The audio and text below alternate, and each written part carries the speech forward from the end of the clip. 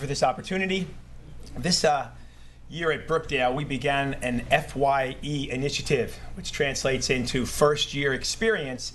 And it was a way of investing in our students who had come to the campus for the very first time, most of them first generation college students, and we gave them literal passports, and we developed these little stamps, and when they engaged in a variety of external activities to the classroom, we would stamp it for them, and hopefully at the end of the semester they would stay involved and they would get themselves an iPad, or they would get themselves an expedient registration for the next semester. There are a variety of initiatives that hopefully via our investment in them, they returned, they re-upped, they stayed at Brookdale. That transitions well into what I'm speaking about today, investing in adjunct faculty. If Jennifer's presentation showed the K through 12 faculty as the elephant in the room, the adjunct faculty is certainly the gorilla in the room.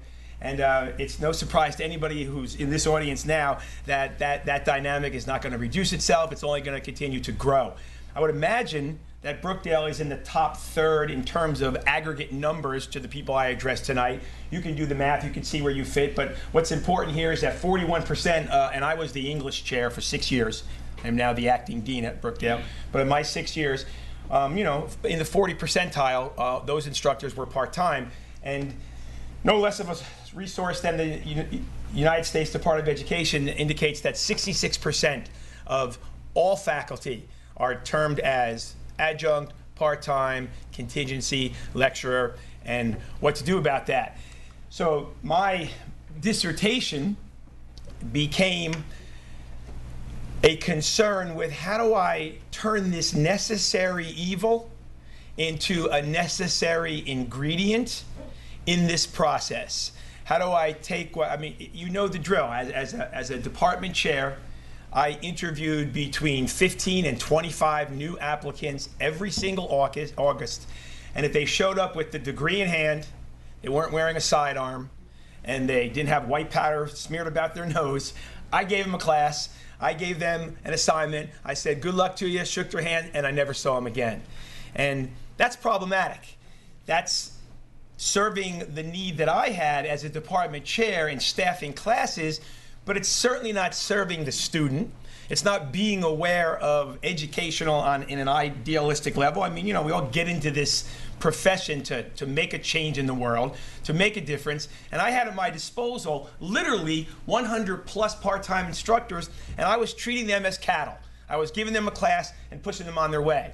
Along comes this Rowan program, and it gives me an opportunity to, let's look a little closer at this dynamic. One of the concerns, because of the way that I interviewed, was, do first impressions affect the job they go out and do? There's not a lot of literature on that. Okay, there's a great deal of literature on adjunct faculty, but there's not a lot of literature on what happens in that first 30-minute episode where they meet the chair, shake his hand, learn about the institution, get a course, and go away. Some studies indicate that too many adjuncts dilutes the quality of education a student is receiving. However, there's a fair amount of studies that counter that and say not so. But every bit of the literature suggests that if we invest in our faculty, they, like a stock, they will return that dividend in kind. My first data collection in the first year of my dissertation was a survey sent out anonymously to the 100 adjunct faculty that I employed. About 2/3 of them replied, and as you can see there, the top number is the most telling. Essentially, 41% of them learned what they learned on the sly, on their own, talking to others, not from me, when I hired them. More survey findings. Almost every single one of them said, yeah, I want to learn more about how to be a better teacher. Yeah, I love to talk to the people who are doing the job that I'm doing. So fueled with this, I moved in the next year of my dissertation to more data collection, and I conducted one-on-one interviews and focus group interviews where I spoke with literally 30 adjunct in-house faculty at Brookdale.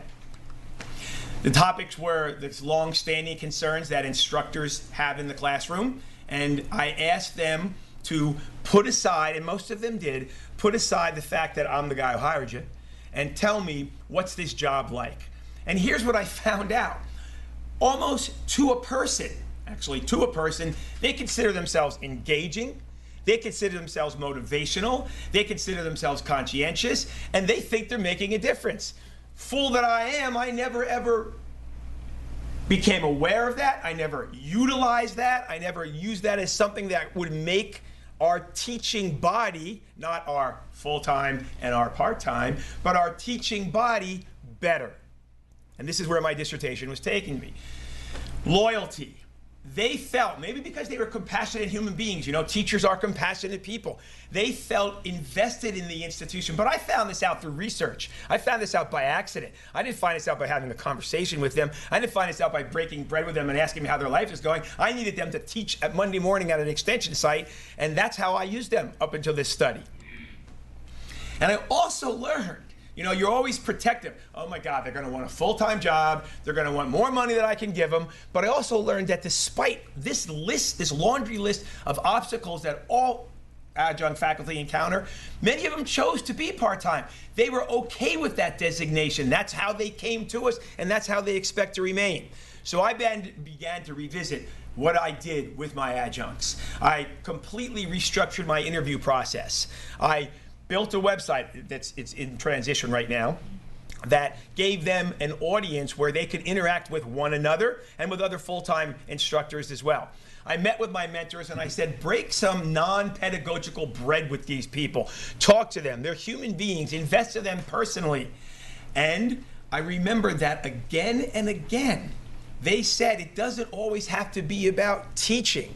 It has to be about belonging. There was a moment 2/3 of the way through my doctoral dissertation when Dr. Kraber, who was on my committee, said to me, what are you going to do with this data?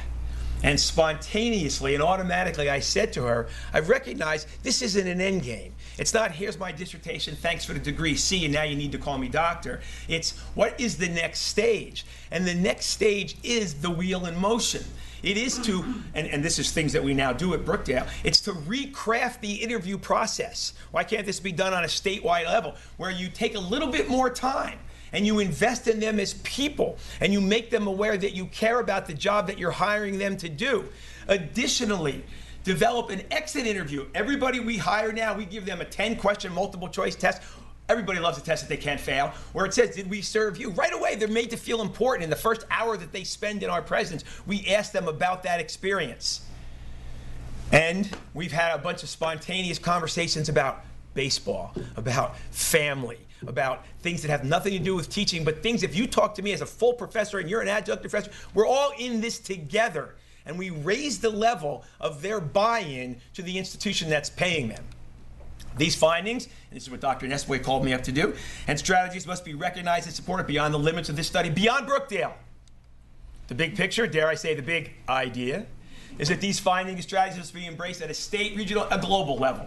All right? We need to understand that they're not cattle walking down the road. They are absolutely integral ingredients to defining the experience that every one of our students has. Thank you.